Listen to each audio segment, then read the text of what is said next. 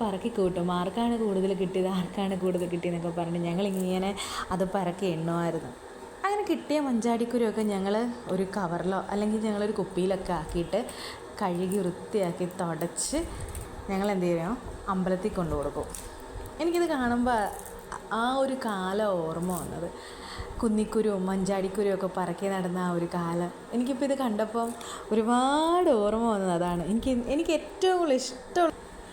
അപ്പോഴേ നമുക്ക് ഈ ബോട്ടിൽ പെയിൻറ്റ് ചെയ്യാം. ഞാനൊരു ബോട്ടിൽ എടുത്തിട്ടുണ്ട്, കുഞ്ഞു കുഞ്ഞു പൂക്കളൊക്കെ വരച്ച് കൊച്ചു കൊച്ചു ഓട്ടകളൊക്കെ അടച്ചു വെക്കുമെന്ന് പറഞ്ഞ പോലെ. അപ്പോൾ ദേ ഗൈസ്, ഞാൻ ആ ബോട്ടിലിനെ കുറച്ചൊരു പൂക്കളൊക്കെ വരച്ച് എനിക്കറിയാവുന്ന രീതിയിൽ ഞാനൊന്ന് ഭംഗിയാക്കി എടുത്തിട്ടുണ്ട്. അപ്പോഴേ നമുക്കിനി നമ്മളുടെ മഞ്ചാടിക്കുരുവൊക്കെ പറക്കി നമുക്കിതിനകത്തേക്ക് വെച്ച് കൊടുക്കാം.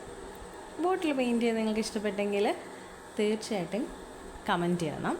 അതുപോലെ തന്നെ വീഡിയോസ് ഇഷ്ടപ്പെട്ടാൽ ലൈക്ക് ചെയ്യണം, ഷെയർ ചെയ്യണം, സബ്സ്ക്രൈബും ചെയ്യണം. നിങ്ങളുടെ വിലയേറിയ സപ്പോർട്ട് എനിക്ക് തരണം കേട്ടോ. അപ്പോൾ നമുക്കേ ഈ മഞ്ചാടിക്കുരുവൊക്കെ പറക്കി നമുക്കിതേ നമ്മളുടെ ഈ ബോട്ടിലിട്ട് കൊടുക്കാം. ഓക്കെ ഗൈസ്, വാ.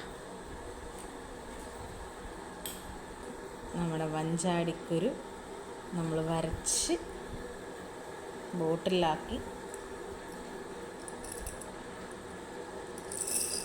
കണ്ടോ.